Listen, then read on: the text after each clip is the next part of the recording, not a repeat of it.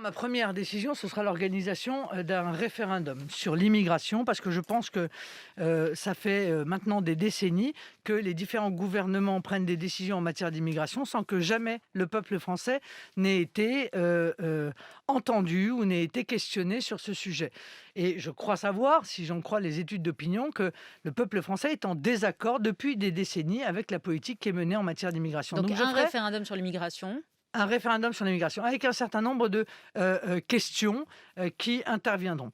De... Deuxièmement, j'irai, je l'ai dit, auprès de la Commission européenne, leur expliquer ce que je considère comme étant non négociable dans le domaine de la souveraineté nationale, et notamment la maîtrise de nos frontières, car je considère que la maîtrise des frontières relève de la souveraineté nationale. Vous demandez la suspension de Schengen ou non?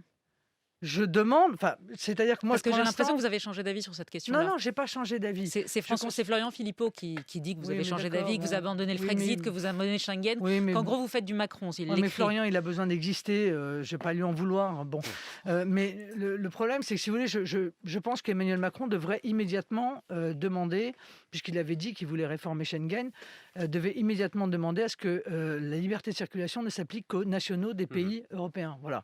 Il n'y a aucune raison pour que le droit d'arriver en Allemagne, qui est donné par l'Allemagne, permette de venir en France, en Italie, en Espagne, quand on est un étranger et qu'on n'a pas la nationalité. Donc Dernière ça, c'est question. un sujet qui m'apparaît essentiel. Et puis deuxièmement, je crois qu'il faut qu'il y ait une réforme fiscale, parce que la pression qui pèse sur les classes moyennes aujourd'hui est une pression qui est insoutenable. En 10 secondes, le gouvernement attend l'avis du Conseil scientifique le 1er avril pour savoir s'il faut maintenir ou pas les régionales. Vous en dites quoi en un Oui, il mot? faut maintenir les régionales.